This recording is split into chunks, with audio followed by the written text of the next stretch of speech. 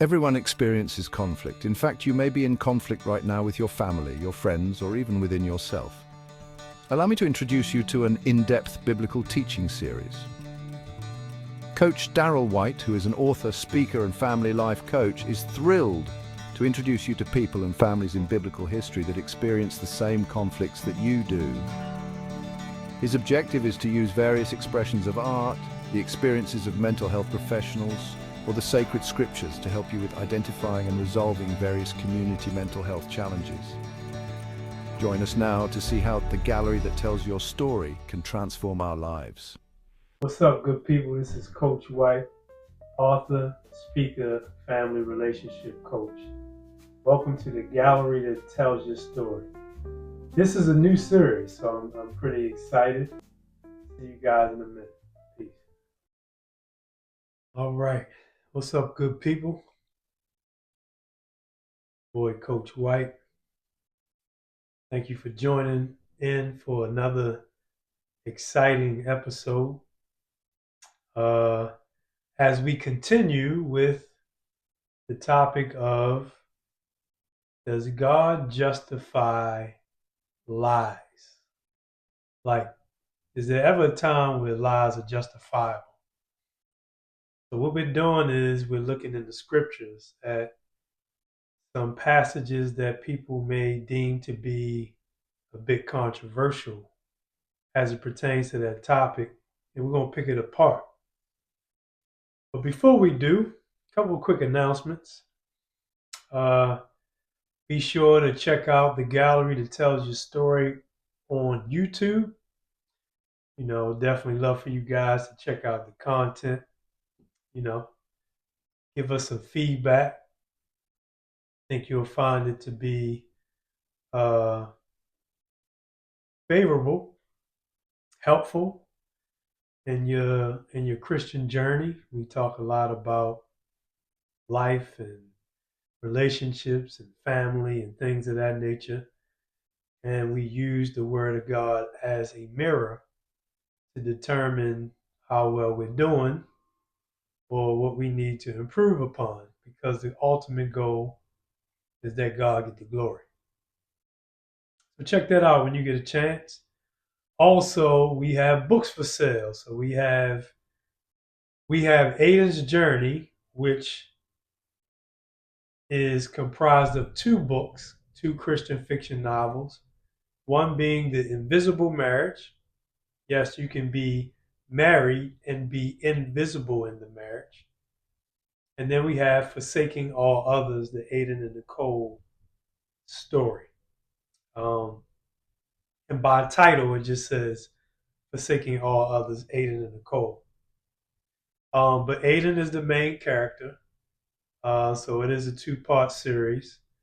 Part 3 will be out pretty soon. So I'll keep you guys posted on that. But those books are available on both Amazon and Kindle. Also, we have I Do, I Did, and It Didn't. I had the privilege of working with 3 other Christian authors. Shout out to my brother Rock. Shout out to Anastasia and Taisha.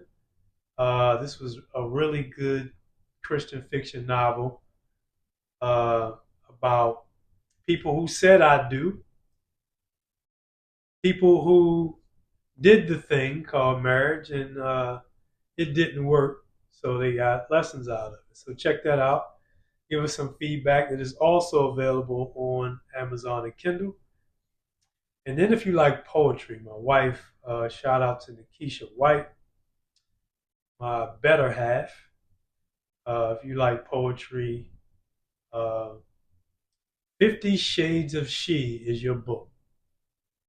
The Lord enabled her to use her poetry to escape her prior experiences with domestic violence. So check that out. That is not available on Kindle. It is available on Amazon. But yeah, give that a give that a shot. Let us know how you like it.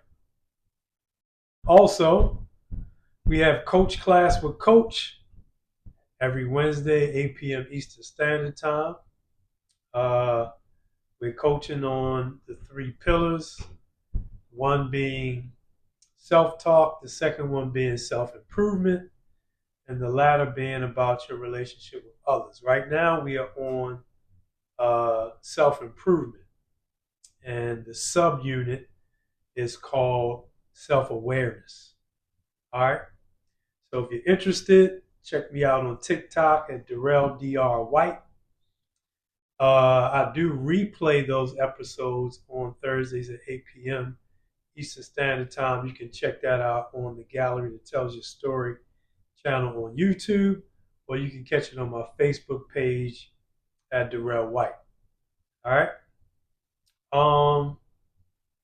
And I am recruiting new coaches to join my team. So if you are interested in getting into coaching, that is a free class for you. It is a free class for clients and those that are interested in becoming clients.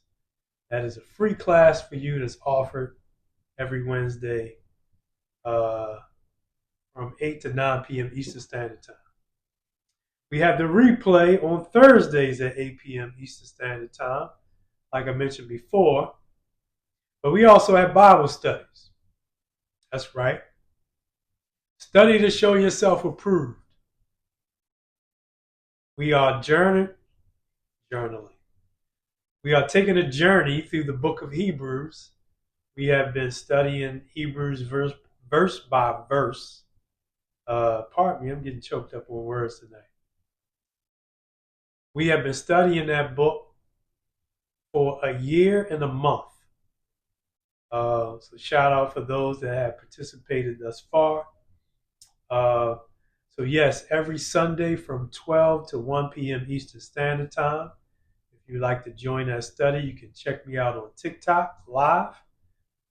Or you can catch me on Facebook at Darrell White, or the Gallery That Tells Your Story channel on YouTube.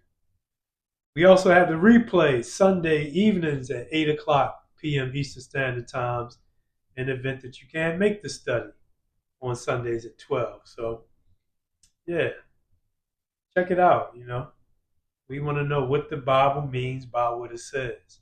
Last but certainly not least, we have merchandise for sale. We have the Gallery That Tells Your Story t-shirts. We have John 8 and 24 t-shirts. And we have self-love over self-destruction t-shirts available. So, if any of those interest you, again, you can get the books on Amazon or Kindle.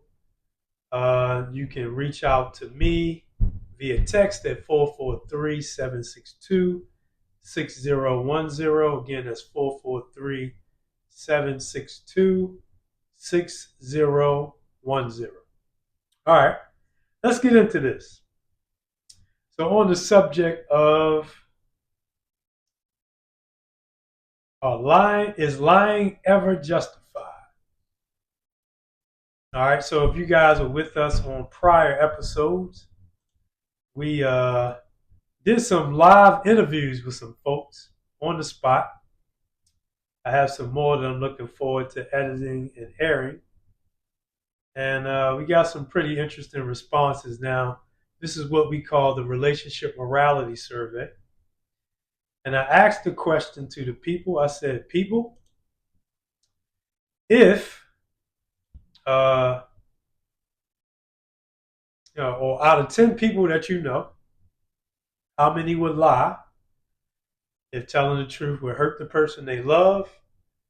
And then I asked, out of 10 people you know, how many would lie if they thought that telling the truth would end the relationship? And then I asked, out of those same 10 people, how many would think that their lies were justified by God? Somebody asked me recently, like, where are you getting at with this? And here's where I'm going with this, man. I just find that people justify their lies. People can find a way to justify their sins in one shape, form, or fashion, right? But it's just not acceptable either way to be dishonest. And when you're dishonest, look, there's only two teams that you can be on. You can be on God's team or you can be on the father of lies team. That's not a team you want to be on.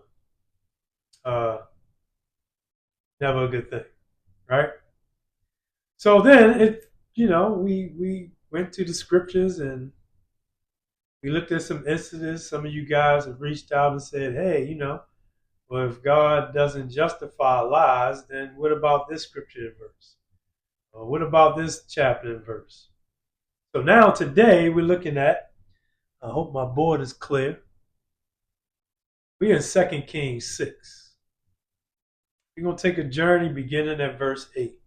And I'm just going to summarize this. All right? So here we go. 2 Kings 6, beginning at verse 8. Now the king of Syria was making war against Israel. And we see that he consulted with his servants.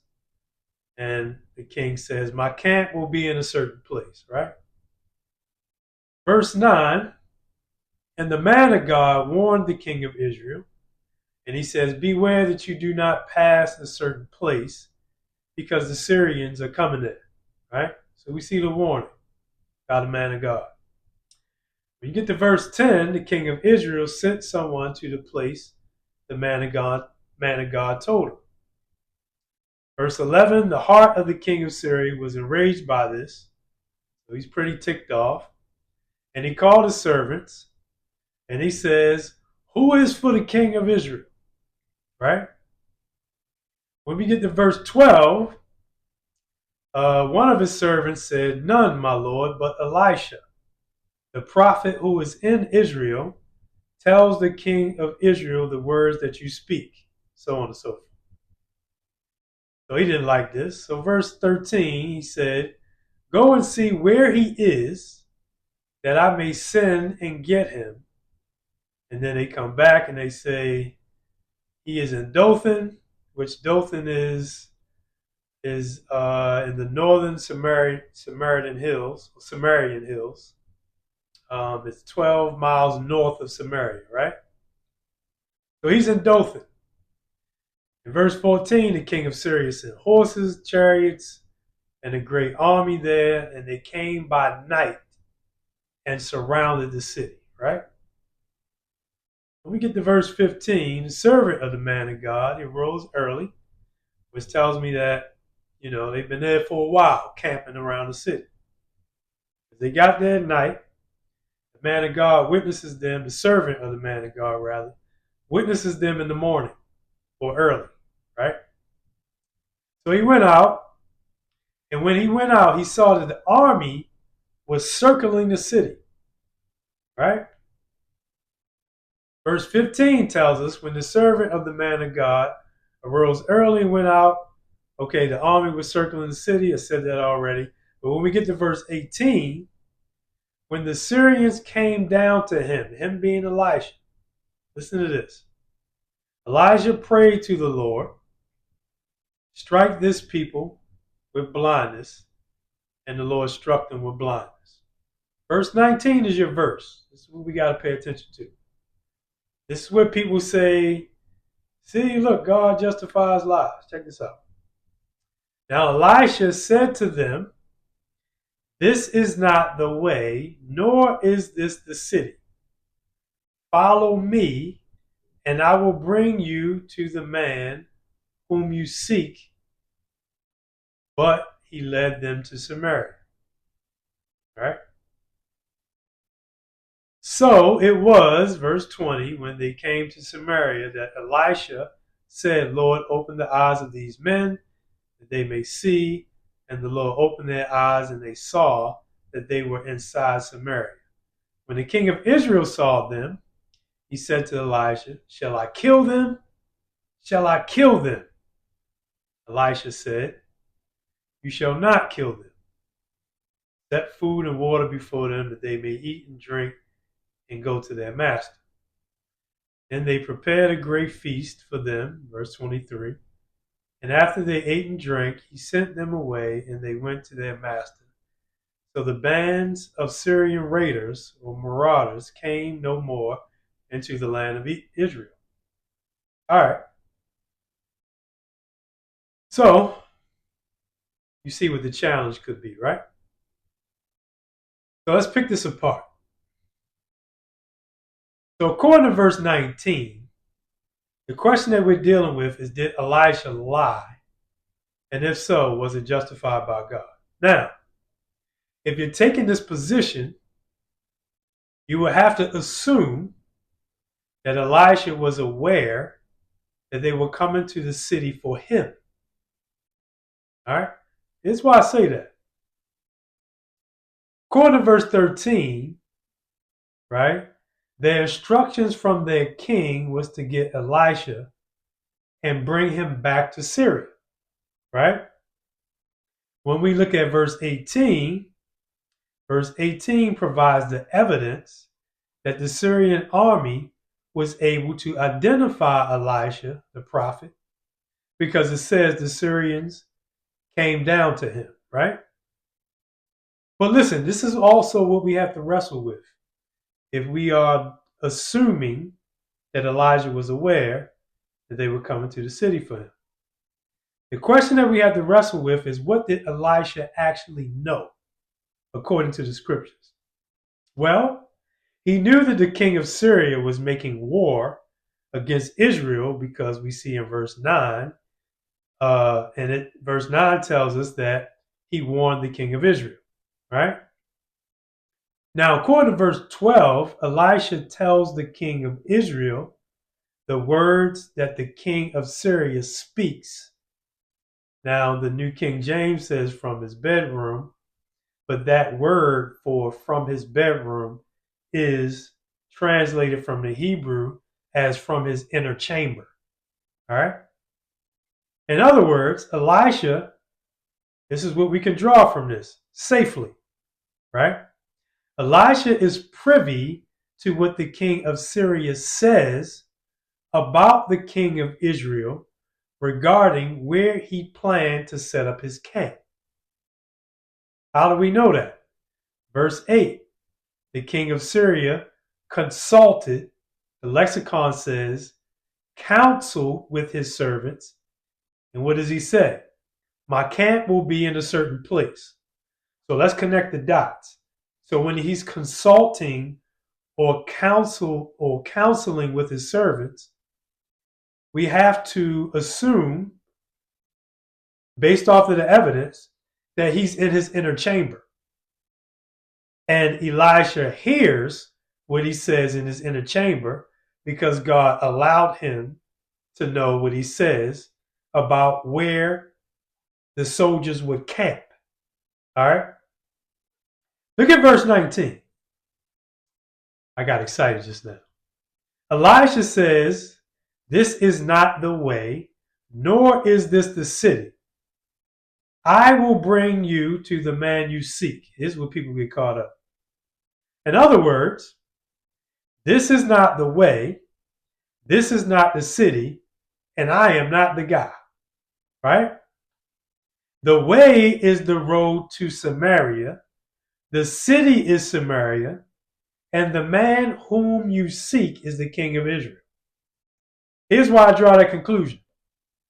The end of verse 19 says he led them to Samaria, right? Verse 20 says they were inside Samaria. Verse 21 says the king of Israel saw them. But here's where people get caught up with verse 19. One word in the New King James Version. The word but. The word but here in verse 19, but in and of itself implies something on the contrary or something different, right? So let me read verse 19 again, all right?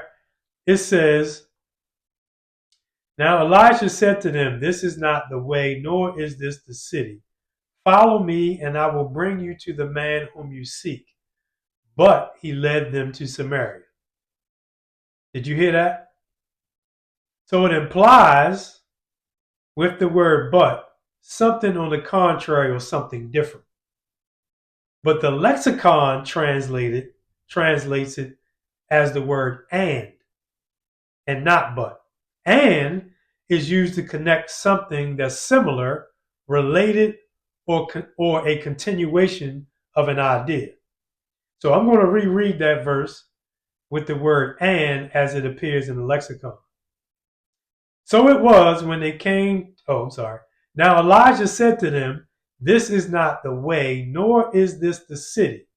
Follow me, and I will bring you to the man whom you seek. And he led them to Samaria. You hear the difference? So for those of you that don't use the lexicon, it is a very, very helpful Bible study tool. It will give you the direct translation from the original language. So what I sense from this is that there may be a slight textual variance there. But I think I'm going to go with the word and over the word but. Because it flows a lot smoother, and it makes more sense logically. So here's my conclusion. Elijah did not lie because we don't have evidence to support it. We don't have evidence that he was aware that they were coming to the city for him. And although we know that he was privy to what the king of Syria says about where he would camp his army, we don't have the evidence that Elijah knew that the king was sending the army to him in Dothan. So that's my conclusion. To those of you all that thought that this would somehow be a legitimate passage to use to say, hey, I told you God justifies lies, I think you got to try again. Nah, this wasn't it. This wasn't it. But this was fun, man. I appreciate you guys. And I see you guys on the next episode. We're going to close out right here. And hope you have a great holiday coming up. And pray for your safety. And pray that you stay connected to the vine so that you can bear fruit and glorify God in heaven. All right? See you next time. Peace.